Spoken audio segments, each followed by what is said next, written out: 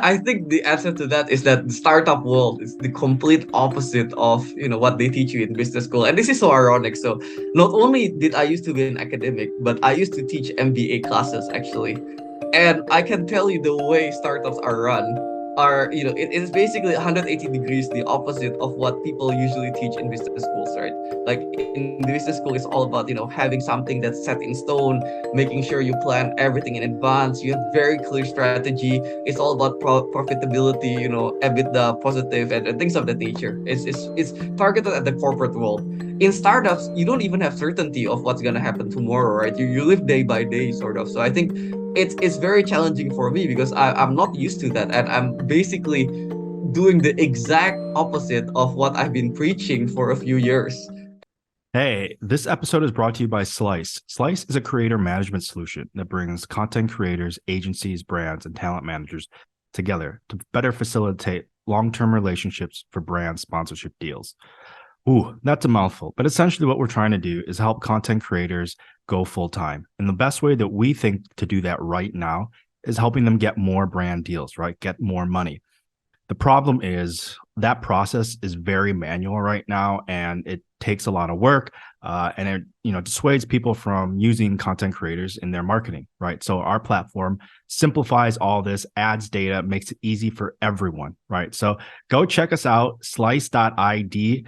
Content creators, it's free for you. Agencies, we're a SaaS platform, but I have a deal for you.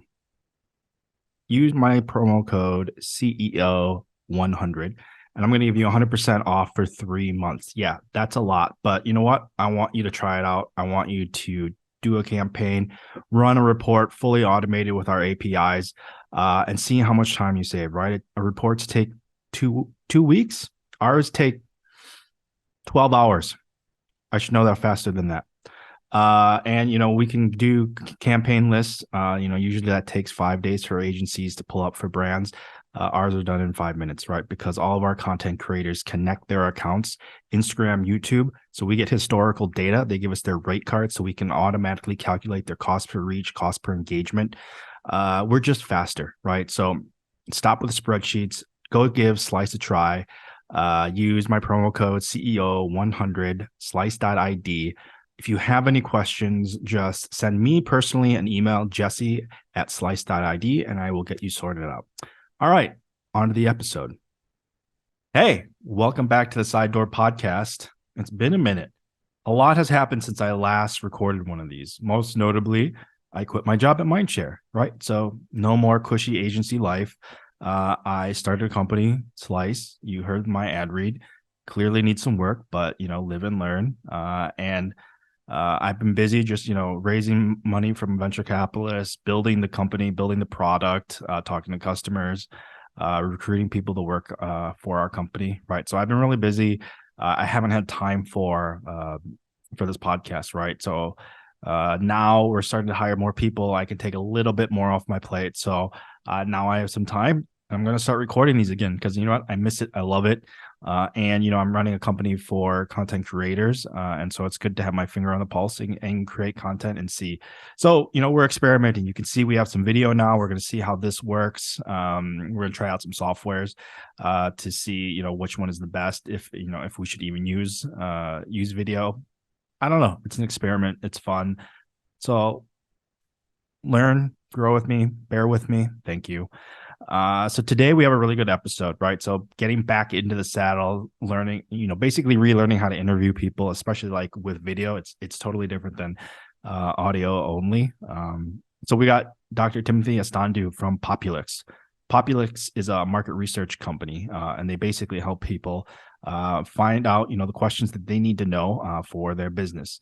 Market research is typically reserved for the larger companies. Working with Unilever, they definitely spend a lot of money on market research, but the SMEs of the world, they don't have the time or the money for it, right? So it's usually like a couple Google searches and that's about it, right? So Populix helps by connecting through their app brands, companies with real real people, real users for surveys, for questionnaires, for testing, to get a good idea of what is like the reality of their product, their comms, their ideas, whatever it may be, right? So, Tim and I have a very good conversation, right? So learning about Populix, and really learning about like his background, right? He comes from academia.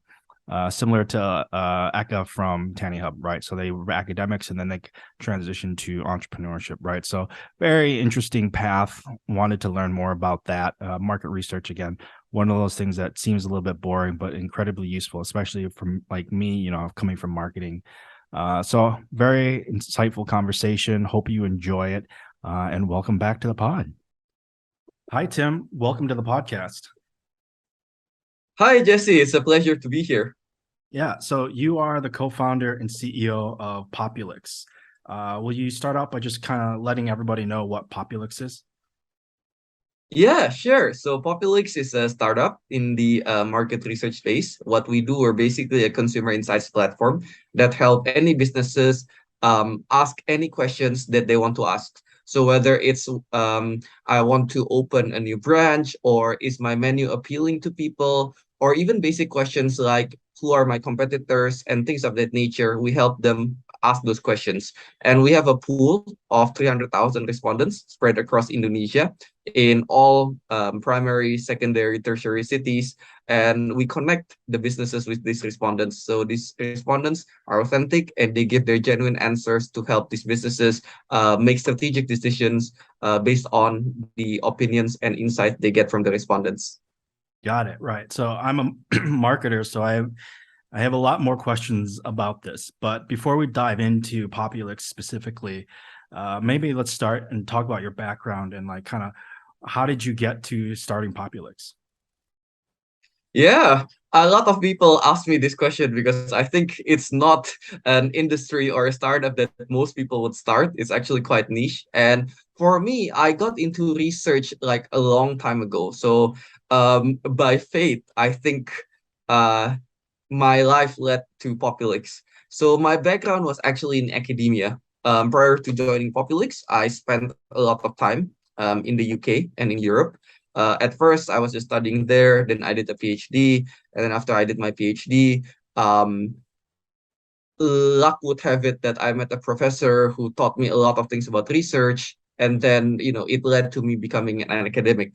While I was doing my PhD, I met Eileen, and Eileen is the COO and co-founder of Populix. So she was actually one of the students, and I was marking her essays. But in one of those nights in Cambridge, because there are not so many Indonesians actually, we were drinking in a basement pub, and we were like just talking nonsense, like, oh, okay, what are you gonna do when you go back home to Indonesia? And interestingly, she was actually interested in research because she worked in a consumer goods company. And if you've ever drink, maybe I shouldn't say the brand, but if you go to Indonesian supermarkets and you go to the shelf, you'll find Eileen's drink still there to this day. And so she understands research from like the client side, the demand side, right? Whereas as an academic, I understood research from the supply side. And so we connected and we're like, yeah, this is a good idea. There are so many amazing startups in the UK, in Europe, and in North America doing amazing, and they're focusing on market research. Maybe this is something we should implement back home, since Indonesia traditionally and to this day actually does very slow research. Actually, it's like dinosaur way of doing research. And then we reconnected like 2 3 years after that. And again, by fate, by serendipity, Eileen just quit her consumer goods job. I also was looking for a way back home, and then yeah, we decided to build Populix. We joined an accelerator program, and then we realized, we actually needed a CTO to build our ideas. Eileen and me, we know nothing about technology. Again, as luck would have it, we met Jonathan, who was working in a similar startup in the US, very successful, and was looking for a way back home because he's getting married to an Indonesian, and he's Indonesian too. So he became our CTO, and that's pretty much the story of how Jonah, Aileen, and Tim met and built Populix. And this was way back in 2018, I think. Got it. Wow, that's very cool. It's starting out with academia. So you had mentioned that the way that Indonesian companies are doing it right now, or before you started, was like very archaic, right? Like dinosaurs. So can you describe what that process or how these companies were approaching research? Yeah, they think of research as something that you must do manually. And I think that's one of the big issues. So, if you imagine an interviewer trying to intercept shoppers at a supermarket cashier, giving them 200 questions out of a list on pen and paper, that is how people traditionally view research in Indonesia. I can give an example, and this is a real case example from one of our clients. They're an automotive brand. They would actually hire people to stand in parking lots next to the cars they're interested in. And they would wait until the driver comes back to the car and like, oh, I waited 2 hours for you. Now I need to ask some questions. And obviously you can, this is an extreme example, but you can imagine the inefficiency and ineffectiveness of doing research this way. So, it's a very traditional way of collecting data. And I think, now with the advent of big data, the advent of apps, everyone is on their mobile phones. There surely must be more efficient ways to collect data. And I think that's the innovation we're trying to do at Populix. So then can you explain to me your solution, right? Like how are you automating this? How are you bringing technology into this to make it a much faster process? Yeah. So first and foremost, we're very focused on the mobile phone app because I think Indonesians are super sticky to their mobile phones. You cannot even force people to do surveys on laptops. I know it worked in developed countries, but maybe not in developing countries. So our solution is to do all sorts of data collection, whether it's simple surveys, whether it's product testing, whether it's diary entry studies, whether it's qualitative interviews. Everything has to be able to be conducted via the mobile app. And I think that's our main focus. We want to be there in the phones of everyone who can give insights. And I think because of this, we are able to do research much faster than the traditional competitors. And the reasoning is simple, right? We already have the pool of respondents. It's like whenever we need to grill a fish, instead of going to the lake or like fishing them, we already have an aquarium and I can see which fishes I want to eat today. So that's the analogy I like to give. And in terms of cost, it's much cheaper as well, right? Because if you have to go fishing whenever you need something, it's expensive.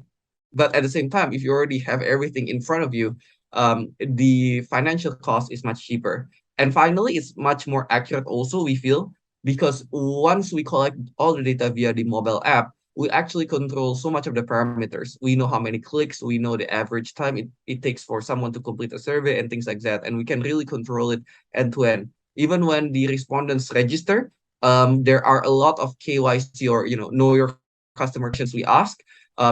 We need to know their information. We make sure that they're authentic. They don't have duplicate accounts at Populix.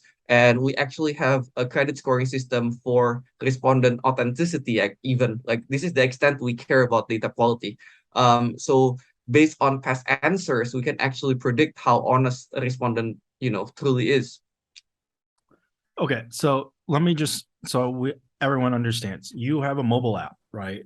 And so you have over the years acquired a large pool of everyday people, right? And so let's just say 100,000 people. And then I am Coca-Cola, right? And I say we're launching Coca-Cola light, right? And we want to know is this the right branding or is this the right flavor, whatnot, whatever the survey question is. So then they put out the parameters right on your app, and then you guys essentially will find the 1,000 people that they want to talk to, fill out the survey, and then they get the information that they want. Is that essentially like the process? Absolutely. I think that's absolutely spot on. And not only can they, blast it very quickly because we already have the pool of respondents, the drink brand can actually choose who they want to target. Is it, young millennials? Do they live in urban areas? Do they have to like a particular genre of music? All these screenings we already have in our screening system on the respondent side. And that allows us to really target an ideal audience for a particular study. So then how are you acquiring these users, and then like what is the information that you're getting? Because it sounds like you're asking them a lot of like qualifying questions. Yeah, so we do it organically actually. So by word of mouth and people, download our app. We brand ourselves as a lifestyle app. So there are actually a lot of fun activities you can play on the app. It's not just surveys because I think the moment we fail to gamify the app, then people will leave the app in droves actually. So that's why we want to make it fun.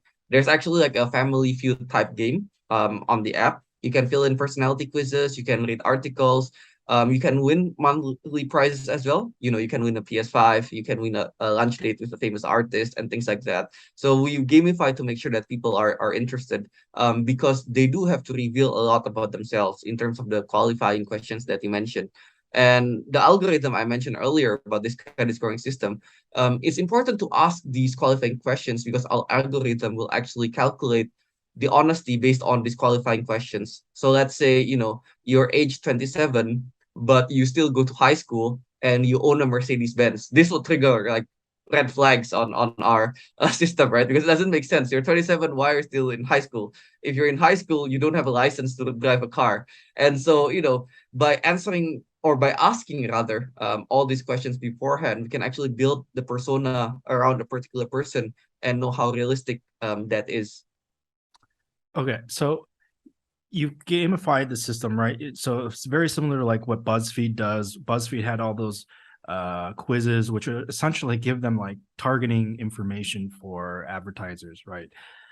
Um, was this part of the original product, or did you kind of like build this, have like kind of almost like the marketplace, and then realize you needed to make the consumer side a little bit stickier, or like how did you figure out that you needed to bring all those extra elements to it? Yeah, I think the biggest thing we realized was when we realized that in Indonesia, people's mobile phones are very, rudimentary. So they don't have a lot of space, and you have to compete with the likes of Facebook, WhatsApp, all these other apps. So if you don't have a very appealing app, they would simply uninstall your app. And I think that was the biggest lesson for us. The moment we realized these people are uninstalling because they think, oh, we're just a survey app. The moment the survey runs out, I'm not gonna get anything out of this app anymore. I'm going to delete it so I can download a different app. So this creates a challenge for us in which how can we stay relevant inside someone's phone? How can we be interesting for them so that they will actually open our app every day and think of us as an essential app? And that sort of like situation uh, caused us to really focus on gamifying and making sure that this is a very interesting app and you should be very sticky when using this app. Got it. So you were obviously you're trying to make it stickier, but you're making it fun, and you're getting all this data. And do they realize that they're giving you, volunteering this information to them, or are they just having fun with your app? I think they and we're very transparent about this actually. The moment you download an app, we actually give a disclaimer saying that we are a data collection app, and your opinions will be used for market research. And I think for us, we have to be able to do both, right? Make sure that they're aware that their data is being used for market research, but at the same time, they do so knowingly in a fun way, with the app and the games and everything like that. And I think that's also one of our differentiator towards the competition. People like to give insights when they know we're being transparent, and people generally dislike if their data is being collected, clandestinely, and basically, it's the app is for a different thing, but you're collecting also of different data, then people will complain. So, customer acquisition is the lifeblood of any company, especially for an early stage startup, and it's really freaking hard. So, depending on the type of company, you're going to use different channels, and just because you get people to sign up doesn't mean that they're going to like stick around and use it for a long term, right? So, customer acquisition is kind of like a multifaceted process. So, obviously, it's something that I'm going through right now with varying degrees of success. And again, market research, how do you keep these people who are giving you the vital information that help the companies that are paying you to stick around to use the app, to just take more than one survey? So this is really important. So I wanted to ask Tim about it, and he had some really good interesting answers on customer acquisition, retention, and kind of like how they use the gamification to make their app stickier for all of the testers, I guess, the testers, users of the Populix app. When you said you acquire these customers organically, right? What is the carrot that you're using to acquire them? Is it that they can get paid to take a survey and then the games afterwards are what keep them around? Is that how you do it? Yeah, I think there are explicit and implicit rewards. Explicit rewards we give definitely the monthly lucky drop prizes, the rewards they give for doing a particular study or trying a new product. And the implicit rewards is the games and also the satisfaction of, influencing the everyday products that they use. I think a lot of people out there, they want to see their opinions be heard, right? And if you can see, oh, today I voted for this movie poster, and then like next month when you see the movie come out, and it's actually the poster you voted for, you feel happy because you actually influenced that decision. So that's kind of like the implicit message, implicit rewards messaging that we try to communicate to the respondents as well. Not only are they getting, financial rewards, but they're actually making a difference. How much are they, I guess it's going to range depending on the client, right? But how much would a typical survey or product test or whatever, how much could they potentially make? Like, what's that range look like? Yeah, I think it really depends on the project, like you mentioned, right? So let's say if you're trying a particular product and you need to review this product for a month, that's gonna give you a lot of rewards because it's so time and effort consuming. So that might be like $200. But for very simple surveys, that takes a click, then that's like 10, 20 cents, right? But I would say the average, let's say for a simple survey that's quite, the norm, would be in the range of a few dollars per survey. Got it. So some of your campaigns can last for an extended period of time. Yeah. So I think people try to consider us as like a useful side job in a way rather than playing games and spending your money on buying game credits, right? When you sit during your daily commute, you could actually make a few bucks. And I you're not gonna make a living out of doing surveys. I think, everyone realizes that. But if you can get, an extra 50, $60 every few months, I think people find it useful. Yeah, and I think, for some people, they have to understand that um, that's a lot of money for Indonesians outside of Jakarta, right? Feed, Yeah. you can feed a small family for, that $1 or $2 that you're talking about, right? So for, if you're in Singapore, US, maybe it seems not worth it, but for a lot of Indonesians, that is substantial income, especially if it's on the side. Definitely. So then, okay, what kind of companies are you working with then, right? That you had talked about FMCG. I think you talked about automotive. You talked about like entertainment, but like, who are the type of companies that are coming to you? How big are they, right? What is your sweet spot right now? Yeah. Interestingly, everyone in this space usually targets the really big companies, but for us, it's a bit different.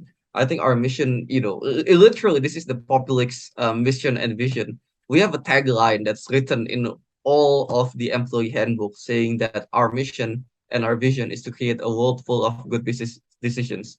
We've done our job if all the businesses in the world rely on data to make good business decisions. And this means that we need to expand our clients not only from these super huge multinational companies, but even SMEs. When people have business ideas, they want to open their small coffee shop. They need to rely on data to make these business decisions, not just their instincts like I think it's gonna be good here. I'll just open a shop here. So because of this, I think our client split is 50-50.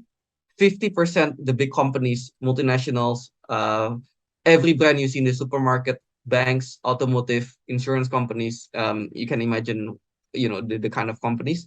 And then the other half, the latter part, is actually first-time research buyers. So this would be your SMEs, your startups, people who basically just got funding and needed to know where the market is. We also get a lot of university students. We also get a lot of individual users who are entrepreneurial and trying to figure out some business questions regarding their, side hustles. Um, so it's quite interesting because we can see that up to half of Populix customers are actually first time research buyers. And of course, in terms of revenue, it's a much different split, right? Like, the big companies obviously chunk in a lot more revenue. But in terms of users, I think we've sort of succeeded in our mission of opening research towards people who never thought they would be able to do research. And these people actually don't understand research at all. It's just because our app is very friendly and we help people who have very layman knowledge of research do sophisticated research using our app.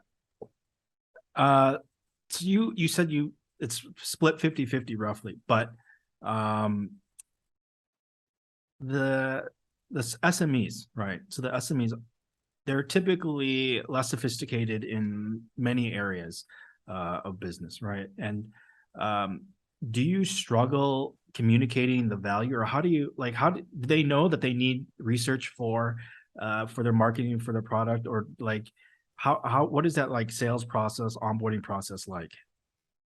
Yeah, I think that's an excellent question. We also struggled like literally almost a year figuring that message out. But I think we found what the holy grail of the answer is actually. It's basically the bottom line. They don't understand this complicated research language. They don't care about data, what's the standard deviation, what's the level of significance. They don't understand that. But if you tell them, hey, this impacts your bottom line by plus 12%. If you change your messaging by XYZ, you will expect blah blah blah increase in your top line, for example. And they love that, I think. So SMEs, they understand numbers, right? They don't understand all this sophisticated research stuff. But if you can make an impact on their bottom line, you can make an impact on how much revenue they earn, giving them better margins of, or even, a lot of SMEs now, they spend money on social media ads, right? It's something that's big. You'll see a lot of people spending money on Instagram and TikTok ads. Why is that? Is because they feel it will make an impact on their business. It will grow their business. So we give them something very similar also. We tell them, well, one of our research tools that can help you is to maximize, who you spend it with, and things like that. Do you really need it right now? Which channels you should do, and things of that nature, I feel. So as long as you can help SMEs improve their bottom line and think of research as an investment rather than as a cost, then they will be very open to it. Got it. Everybody loves money. Yeah. So I guess going back to the consumer side, right? Like um one thing as you're talking about like the smaller businesses. This could just be me, right? But I get caught up in like Jakarta, right? Everything evolves around Jakarta, right? But Indonesia is a very big country, fourth largest population, many different islands which have different, kind of regional tastes and cultures. So how do you make sure that you have representation in all of these areas, including the much, smaller, I think you said, second and third tier cities? Yeah, I think I think it's important to note a few things first. Jakarta is obviously the most important part of Indonesia, right? I might be overgeneralizing here, but up to half of consumption in the entire Indonesia is in Jakarta. And at the same time, if you look at the population and you think of people who actually have money and who have disposable income, it's probably only around 40, 50 million maximum out of our population of 200, 300 million people. And where they live, they obviously live in Jakarta and Java. So in on one hand, I think it's very important to really focus on Jakarta, and that's why the bulk of our respondents actually is in Java. But then when you look at the prospects, where the economy is going to grow, where do you see the fastest economic development and things like that, then you see all these outer islands doing growing at a very rapid pace. So the easy way is to focus on the half in Jakarta, but then you also have to focus on the other half outside Jakarta. And that's kind of like our mindset when we think about the business. And that actually is reflected in our pool of respondents. Because at the end of the day, we only create this pool if the businesses want to ask questions to these respondents, right? So if you see our pool of respondents, most of them will be in Java and Jakarta. But at the same time, in every island, we'll have like several smaller but very active pools. So, for example, in every major island, there's a big city in Sulawesi, it's Makassar. Bali is obviously big. In Kalimantan, there's Balikpapan, and in Sumatra, there's Palembang and Medan. So these are our focus areas there. So one thing I think I'm going to be asking a lot of guests this year, and Tim is, no difference, is kind of like how they've grown, how they've adjusted, learned from, managing, as their company has grown. Every different stage, founder, CEO, at the seed, the pre-seed, Series A, B, C. These are all like different responsibilities. What do they need to be focusing on, right? And so for me, someone in the stage who has a very small team, my responsibilities are a lot more hands-on. I'm not just managing, I'm like doing a lot of the things. So curious how, when people, Populix just raised $7.7 million. So that gives them more ammo to hire more people, kind of like start to expand, really work on that product roadmap that they have. So I'm very curious on like what that means for Tim, as a CEO, as a leader, and then kind of like how that has affected him in his abilities. And so yeah, I think this is something, a reoccurring theme that we'll see in these podcasts. But yeah, I think Tim has some really good insights after recently raising their Series A round. So I guess I kind of want to shift gears a little. So you guys recently raised $7.7 million Series A round. So Yep. congratulations on that. Thank you. Um, now that you have this fresh funding, right? Like what does the future look like? What do you want to invest in? Like what is growth, right? Like are you introducing new products? What are you doing? Yeah, I think especially with the tech winter coming and nobody knows how long it's gonna last. I think we want to be able to use this money wisely. So we're not gonna spend everything, on crazy growth or something like that. It's no longer growth at all costs. But I think there are two key sectors we really want to emphasize and focus on. So first, as you mentioned, is this kind of like version of Populix that is targeted as SMEs. So our SaaS model, and we call it Poplight. And so this Poplight is designed for people who have very basic knowledge of research, but they want to do research and they can get actionable insights immediately. So that developing that product will take time and also will take a lot of money because nowadays even engineers are being laid off. They're still expensive. So we need to build our tech team first. And secondly, I think another key sector we want to focus on is to go overseas, perhaps sometime soon. Because I think what we're really, really good at Populix is basically collecting data via the mobile phone. And as long as there are countries where people of the country are super sticky to their mobile phones, I think that is a market we want to go to. So I can think of neighboring countries such as the Philippines or Thailand or Vietnam being very interesting for our product market fit. And so we might consider going there in the next few years. I think those two are the major drivers for us and how we're going to use our money. Obviously, we will also expand headcount, uh, and also marketing spend and things like that. Those are also other components that we will use the money for. Got it. Yeah. I mean, got to be smart at this macro environment. So I wanted to ask, kind of building off of you just raised around your company is going to be growing, right? Your background is in academia, right? And so you're a CEO now, and kind of what what is something that you have encountered or learned that you didn't even know that you needed to know before starting this company? I think the answer to that is that the startup world is the complete opposite of what they teach you in business school, and this is so ironic. So not only did I used to be an academic, but I used to teach MBA classes actually, and I can tell you the way startups are run are it is basically 180 degrees the opposite of what people usually teach in business schools, right? Like in the business school, it's all about having something that's set in stone, making sure you plan everything in advance, you have very clear strategy, it's all about profitability, EBITDA positive and things of that nature. It's targeted at the corporate world. In startups, you don't even have certainty of what's gonna happen tomorrow, right? You live day by day, sort of. So I think it's very challenging for me because I'm not used to that, and I'm basically doing the exact opposite of what I've been preaching for a few years. And I think that challenge, yeah, it was quite difficult.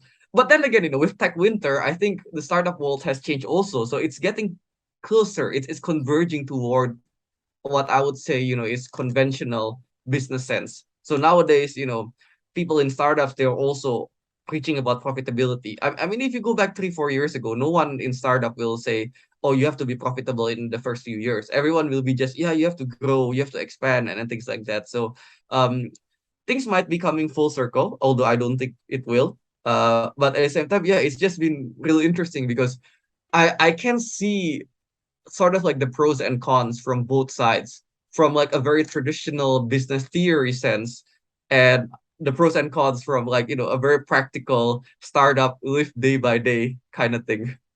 Got it. Yeah, no. Teaching is way different than actually doing it. Yeah. So then what has been one of your biggest challenges as CEO growing Populix to the point it is today?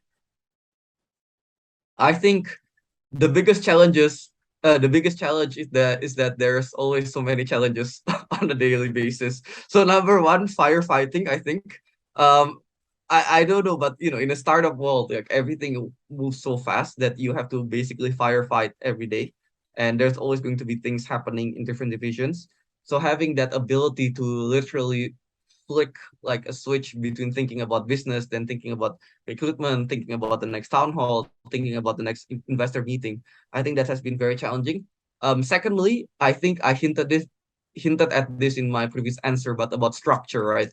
Like business as I understood it before is very structured and things like that. But in startup, you have to be flexible and you have to be able to do things on the fly. I think that's perhaps linked with firefighting, but that's the second challenge. And for me, lastly, I think is there's always so many things you can do, like so many paths you can take as a startup, but you have to be focused, right? If you chase everything, then you'll fail at everything. But if you identify, let's say, like 10 areas of growth, but you focus on like two or three and really have conviction that this is the way forward. And even if things fail, you just take it, and just go march forward. That's another challenge for me on the, running a startup, I guess. Yeah, absolutely. That resonates with me tremendously. So then I guess, context switching, right? It's something that I deal with. I try to figure things out.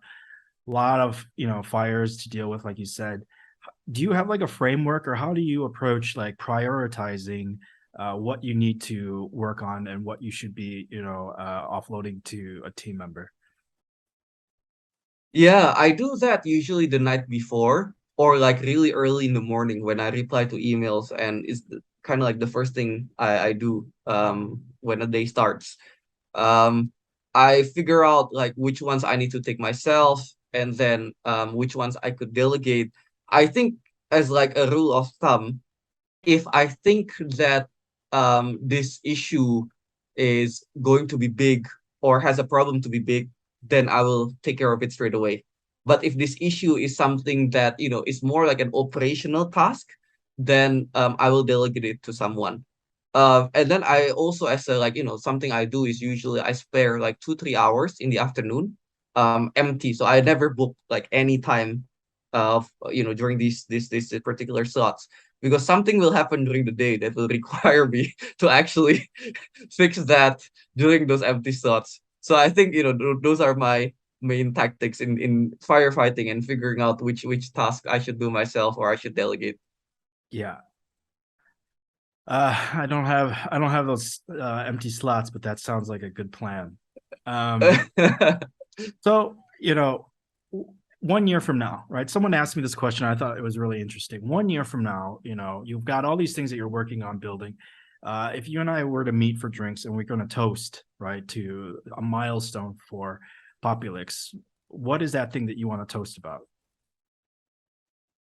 Okay, I think maybe not 1 year from now, but 1 or 2 years is probably Series B. I think as a startup, it's always good to think about the growth of a company in terms of your fundraising, because at the end of the day, whenever you raise a round, it means you manage to convince investors that you're doing a good job. You're growing well, I think. And it's sort of like a report card in school, right? When you do this funding round. So I hope that we'll be able to at least, given the environment, maybe not completed our Series B round, but at least be in a position where our growth is doing really well and we are actually ready to be a Series B company. I hope we can toast about that sometime soon.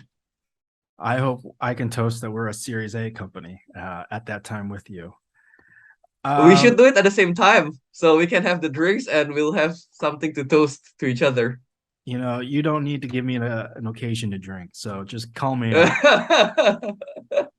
I'll get you out of here on this one last question, right? So you've been doing this, I'm just starting out. What's one piece of advice you would have for someone who is starting out their first startup? Oh, that's tough.